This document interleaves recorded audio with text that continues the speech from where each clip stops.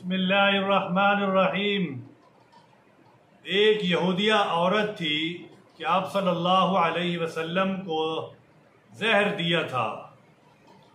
خیبر کی فتح کے بعد ایک یہودیہ عورت نے آپ صلی اللہ علیہ وسلم کی دعوت کی اور بکری کا گوشت پکایا جس میں زہر قاتل یعنی کہ جو ختم کرنے والا زہر وہ اس میں شامل تھا۔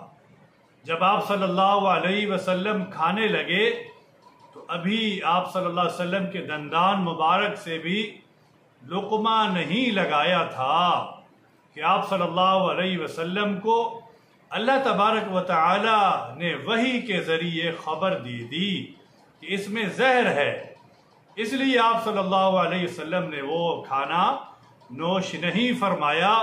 وہاں آپ صلی اللہ علیہ وسلم کے ایک صحابی نے ایک لقمہ کھا لیا تھا، جیسے انہوں نے کھایا تو ان پر فی الفور یعنی زہر کا اثر پڑ گیا، زہر کا اثر ہو گیا اور وہ وہیں فوت ہو گئے، اللہ کو پیارے ہو گئے۔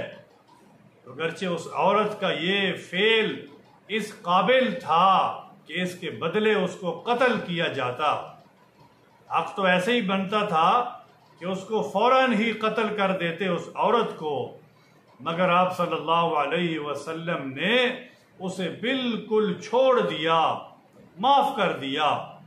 تو روایت میں آتا ہے کہ ان واقعات کو دیکھ کر اس عورت نے آپ صلی اللہ علیہ وسلم کی رسالت کی تصدیق کی اور مسلمان ہو گئی، ایمان لے آئی۔